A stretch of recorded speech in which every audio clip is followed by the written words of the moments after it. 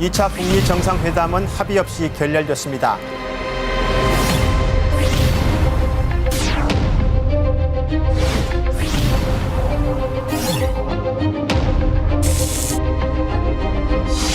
I would be very disappointed if that were happening.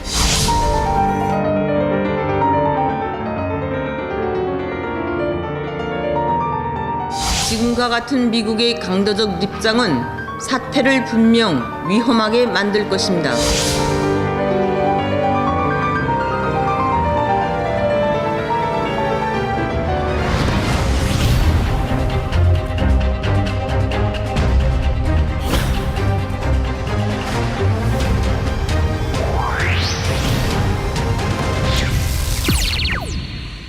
여러 가지로 지금 북미 관계 소식에 대해서 들려오고 있고 또 대한민국의 역할에 관한 이야기 국내 최고 전문가죠. 이의가 없을 걸로 생각합니다. 김준영 교수님께 이야기를 좀 들어보도록 하겠습니다. 교수님 어서 오십시오. 네, 안녕하십니까. 네. 자, 북미 관계 지금 한마디로 어떻습니까? 그냥 우리가 잘 쓰는 말로 냉탕 온탕. 그냥 흐렸다 기었다 하는데 계속 흐린 것보다 계속 냉탕에 있는 것보다는 낫다는 생각을 하지만 좀 혼란스럽긴 하죠. 네, 알겠습니다. 어젯밤에 최선희 북한 외무부 부상이죠. 네, 네. 외무부상이 그 평양에서 한 기자회견 전문이 공개가 됐습니다. 네, 네, 네. 뭐 스냅백이다 이런 어려운 말들이 나오고 네, 있습니다. 네. 어떤 부분이 정신오고 그래야 정신오면 가고 정신오면 조금 조심했다가 또 기다렸다 가고 가긴 분명히 가야 되는 거니까 네, 네. 어떤 부분이 정신오고 어떤 부분이 정신으로 보시는 거예요? 원래 이 회견문은 러시아의 통신이 전하는 바람에 사실 원문을 몰랐었는데 지금 말씀하신 네. 것처럼 이제 원문이 나와서 이제 여러 가지들이 좀 분명해졌는데요. 예. 거기에는 적신호와 정신호가 다 들어 있습니다. 네. 적신호는 지금 잠깐 지금 화면에도 나왔습니다만은 이제 미국을 강도라고 부르고 이렇게 되면 위험한 지경에 빠질 수 있다고 얘기하고 네. 또 이렇게 가면 회담에 이제 중요한 결정을 이제 최고 지도자가 할 거인데 네. 그럴 경우에 회담 중단을 할 수도 있다는 약간 강한 압박 같은 것들이 들어 있었으니까 이런 것들은 상당히 이제 적신호라고 볼 수 있는 측면이 있죠. 네, 네. 최고 지도부의 결심을. 그렇죠.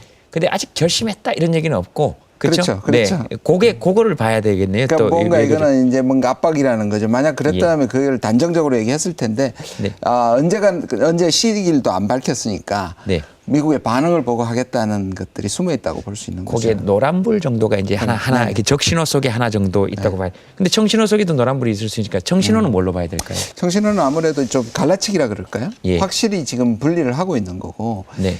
미국 내에 이제 정부 내 강경파와 트럼프 사이를 이제 약간 분리해서 대하는 것이 확실히 보입니다. 볼튼으로 대표되는 강경파와 트럼프는 경우에는 두 정상이 서로 좋은 관계라는 걸 계속 미국도 강조하고 있고 거기에 대해서 북한도 화답을 하고 있습니다. 그러니까 네. 트럼프에 대한 건 아니다. 네. 그중에 오늘 나왔던 게 이제 말씀하신 스냅백이라는 예. 부분인데 이제 스냅백이라 하면 이제 했을 때 상대방이 거부하면 또는 상대방이 위반하면 다시 돌아간다는 겁니다. 스냅백을 한다는 겁니다. 네. 그러니까 제재를 해제했다가 북한이 만에 하나라도 위반을 하게 되면 원래대로 자동적으로 돌아가는 것들을 처음에 풀어줄 때 거기다 심는 겁니다. 네. 그걸 스냅백 클로즈라 그래가지고 스냅백 조항을 넣는 겁니다. 예. 근데 여기서 우리가 읽어야 되는 부분은 뭐냐면 트럼프가 거기에서 처음부터 이런 말이 있었거든요. 미리 노딜 아니면 빅딜이 아니라 예. 실제로 북한이 제의했던 작은 딜도 할 마음이 있었다는 부분이거든요. 그러니까 네. 스냅백 조항을 넣는 것이 가능하다면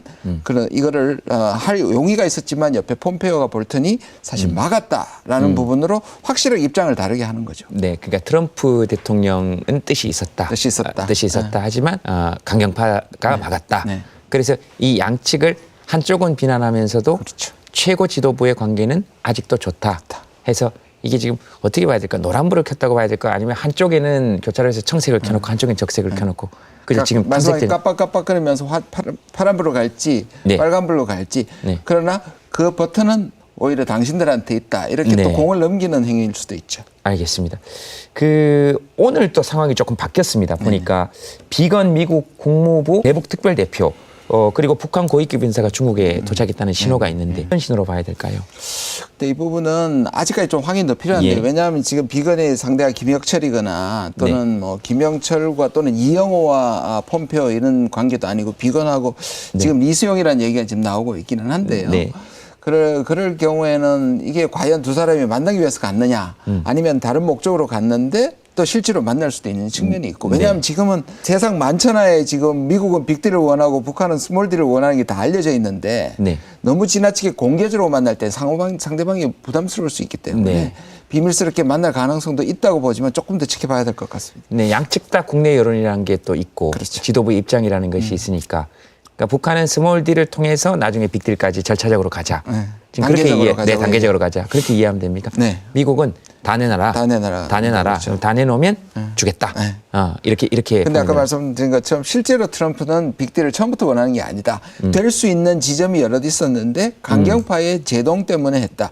저는 상당히 가능성이 있는 얘기라고 생각합니다. 왜냐하면 최선희의 네. 스냅백 얘기까지 나온 게 그냥 북한의 일방적인 주장이 아닌 것이 예. 제가 듣기로도 몇몇 지점에서 거의 이 타결이 될 수도 있는 아쉬운 지점들이 있다는 얘기를 제가 듣고 있거든요. 몇몇 지점에서 타결될 지점이 있었는데 여러 가지 미국 사정도 있었고 북한의 김정은이 대처가 늦었다든지 나중에 최선희를 또 급하게 보냈을 때는 너무 늦었다든지 네. 그런 부분이 있습니다. 알겠습니다. 북러 정상회담이 임박했다는 신호도 있고 근데 이렇게 국제관계가 급박하게 돌아갈 때 사실은 우리가 무엇을 할 수 있는지 뭐 우리 정부가 또는 문재인 대통령이 뭘 할 수 있을 것인지 근본적인 또 질문이 나오게 네. 됩니다. 네. 어떻게 생각하십니까? 지금 이번에 나왔는데 처음에는 이제 중재자라 그러다가 실제적으로 이제 촉진자라는 말이 원문에 나왔습니다. 예. 그리고 정부도 이제 중재자보다는 촉진자라는 말을 쓰기를 좋아하고요. 네. 중재자라는 말은 사실은 굉장히 듣긴 좋지만 거기에 우리가 보통 honest broker라는 말이 들어있거든요. 그러니까 honest broker는 정직한 중재자인데 네. 서로 편을 들면 안 된다는 의미에서의 중재자의 원칙은 중립성이거든요. 네. 그런데 우리가 당사자인데 네. 그리고 실제로 우리가 미국하고 동맹을 맺고 있기 때문에 북한의 보고서는 우리가 미국의 편인 것 같고 네. 미국이 보기에는 한민족이 지금 사실상 남북 관계를 진전시키려고 그러니까 네. 계속 북한 편을 드는 듯한 경우가 꽤 있었거든요. 네. 그러면 이거는 오히려 촉진자다. 이 일을 대개하고 문제를 해결하는 오히려 촉진자로서 역할이 맞다고 보는데요. 문제는 지금 미국이 이제 강하게 나오고 북한이 사실상 좀 불리한 상황이니까 네. 지금 판을 이렇게 다시 살리자는 노력이 꼭 북한 편을 듣는 것처럼 오해받을 수 있는 측면이 있기 때문에 네. 언론이나 오히려 공개적으로 하는 것보다는 오히려 스텔스 기능이 좀 있으면 좀 예. 비공개로 사실상 이것들 협상을 이끌어낼 필요가 좀 있다고 봅니다. 조금 비공개로 네. 공개적으로 하면 사실 미국 입장에서는 북한 편드는 것처럼 드는 보일 수 것처럼 있고 보이고. 북한 입장에서는 그렇죠.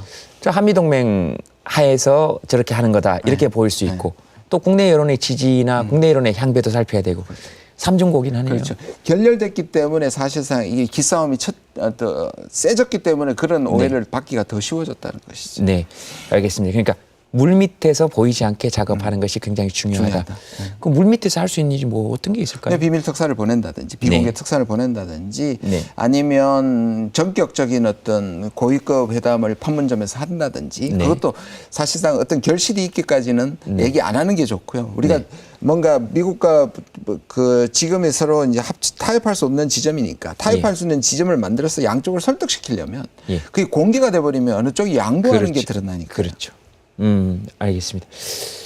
그 사실 좀 무력감을 느낄 때가 있습니다. 사실 우리 사는 땅이고 우리 후손들이 앞으로 살아가야 될 땅인 거잖아요. 사실은 네. 분단의 장벽을 계속해서 또는 전쟁의 위협 또는 핵무기의 위협을 계속해서 넘겨줄 수는 없는 거니까 우리가 할 수 있는 일들은 뭐 어떤 게 있을까요? 우리가 아무리 뭐 촉진자 그다음에 네. 운전자 하더라도 네. 저쪽에서는 지금 북미가 사실상에 딱 이걸 쥐고 있으면 네. 우리가 할 수 있는 일이 없는 것처럼 말씀하신 것처럼 네. 무력감이 있을 텐데요. 그러나 길게 보면 한반도 평화 프로세스의 주인은 우리고 당사자는 우리라는 거예요. 한반도에 지금 사는- 앞에 고비를 막고 있는 것이 사실상 북미라는 점에서 우리는 네. 사실상 주인의식을 가질 필요가 있고요. 그리고 담대한 의지로 갈 필요가 있고요. 네. 정부가 중요한 일을 하겠지만 이 네. 순간에 우리가 평화라는 네. 부분에 대해서 우리가 의지를 가지고 사실상 평화 운동이라든지 네. 전 시민의 뜻을 모아가지고 한반도에 전쟁이 다시는 있어서는 안 되고 우리가 평화 속에 살고 싶다는 국민의 의지를 보여주는 움직임도 저는 상당히 중요하다고 생각을 합니다. 네. 북한에는 완전한 비핵화에 대한 요구를 하고, 네, 미국에는 한반도의 평화에 대한 우리가 주인이라는 것을 선언하고 지금 보면 그렇게 4월 27일이 판문점 1년이고요. 예.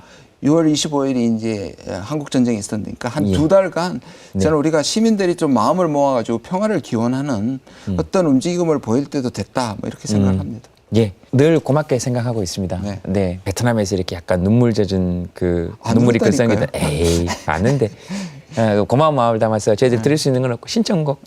예, 신청곡 제가 고민을 좀 했었는데요. 네. 그 강산에 넌 할 수 있어가 오늘 네. 꼭 우리 국민들한테 드리고 싶고 저도 듣고 싶습니다. 네. 그러니까 한반도 평화를 일으켜야 될 주인공은 바로 우리다 하는. 네. 알겠습니다. 어쩌면 이 신청곡까지. 교수님 너무 좋아요. 이거 들으니까